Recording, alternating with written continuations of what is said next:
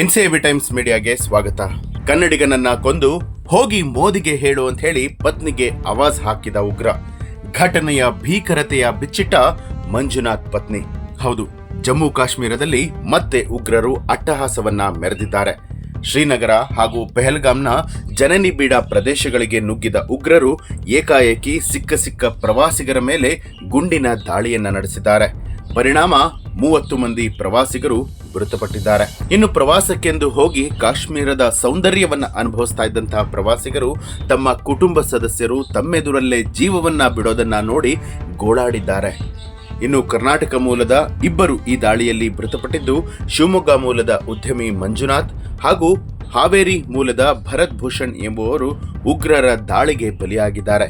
ಈ ಪೈಕಿ ಮಂಜುನಾಥ್ ತಮ್ಮ ಪತ್ನಿ ಹಾಗೂ ಮಗನ ಜೊತೆಯಲ್ಲಿ ಪ್ರವಾಸಕ್ಕೆ ಹೋಗಿರ್ತಾರೆ. ಮಂಜುನಾಥ್ ಅವರನ್ನ ಕಳೆದುಕೊಂಡ ಬೆನ್ನಲ್ಲೇ ಪತ್ನಿ ಪಲ್ಲವಿ ತನ್ನನ್ನು ಕೂಡ ಕೊಂದುಬಿಡು ಅಂತ ಹೇಳಿ ಉಗ್ರನ ಬಳಿಯಲ್ಲಿ ಕಣ್ಣೀರಿಡ್ತಾ ಹೇಳಿದ್ರಂತೆ. ಇದಕ್ಕೆ ಉತ್ತರಿಸಿದ ಆತ ಹೋಗಿ ಮೋದಿಗೆ ಹೇಳು ಅಂತ ಹೇಳಿ ಆವಾಜನ್ನ ಹಾಕಿ ಅಲ್ಲಿಂದ ಹೊರಟು ಹೋದಂತೆ. ಕೈಯಲ್ಲಿ ಗನ್ ಹಿಡಿದು ಬಂದಿದ್ದ ಉಗ್ರ ತನ್ನ ಮುಂದೆಯೇ ಪ್ರತಿಯನ್ನ ಸಾಯಿಸಿದ ಬಳಿಕ ಆ ಮಾತನ್ನ ಹೇಳಿದ ಭೀಕರ ಸನ್ನಿವೇಶವನ್ನ ಪತ್ನಿ ಪಲ್ಲವಿ ಅವರು ಬಿಚ್ಚಿಟ್ಟಿದ್ದಾರೆ.